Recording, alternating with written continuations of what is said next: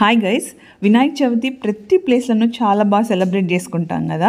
ఈ వీడియోలో మీరు ముంబైలో వన్ ఫేమస్ గణేష విగ్రహం, that is Lalbaugcha Raja, king of Lalbaug అంటారు. ఈ ఇయర్ 2024లో ఎలా ఉన్నారనేది చూడొచ్చు అనమాట.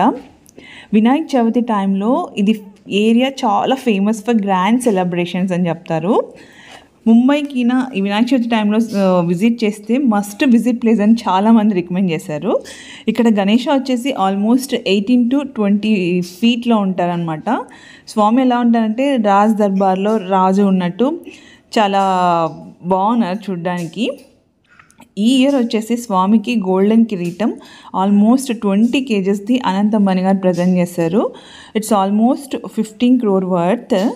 ముంబైలో ఆల్మోస్ట్ 11 days సెలబ్రేట్ చేస్తారు వినాయక చవితి. చాలా అంటే చాలా గ్రాండ్గా. ప్రతిరోజు ఇక్కడ స్వామిని దర్శించుకోవడానికి 1.5 million పీపుల్ వచ్చి దర్శనం చేసుకుంటారు.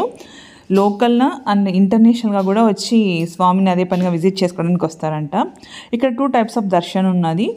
ముఖ దర్శనం, స్పర్శ దర్శనం. ముఖ దర్శనం అంటే స్వామిని చూసి అలా దర్శనం చేసుకోవడానికి. స్పర్శ దర్శనం అంటే స్వామి ఫుడ్ టచ్ చేసి దర్శనం చేసుకోవడము.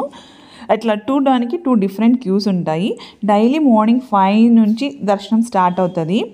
మీరు ఈ వీడియోలో చూడొచ్చు ఎంత క్రౌడెడ్గా ఉన్నారనేది. నార్మల్ క్యూలో గిన వెళ్తేనా ఆల్మోస్ట్ హాఫ్ డే కంటే ఎక్కువ అవుతుంది. విఐపి పాస్ ఎంట్రీలో గిన వెళ్తేనా మోర్ దెన్ ½ an hour అవుతుంది దర్శనానికి. వినాయకుడిని చూడడానికి నిజంగా అంటే చాలా బాగున్నారు. చాలామంది సెలబ్రిటీస్ కూడా వస్తారన్నమాట స్వామి దర్శనం చేసుకోవడానికి. Ambanis family, film stars, politicians, many reputed people. మనం అందరూ విజిట్ చేయలేం కదా. సో విజిట్ చేయలేని వాళ్ళ కోసము వినాయకుని దర్శనం కలిగించాలనేసి 24/7 ఆన్లైన్ దర్శనం ఫెసిలిటీ కూడా ప్రొవైడ్ చేశారు. చాలా మంచి ఫెసిలిటీ.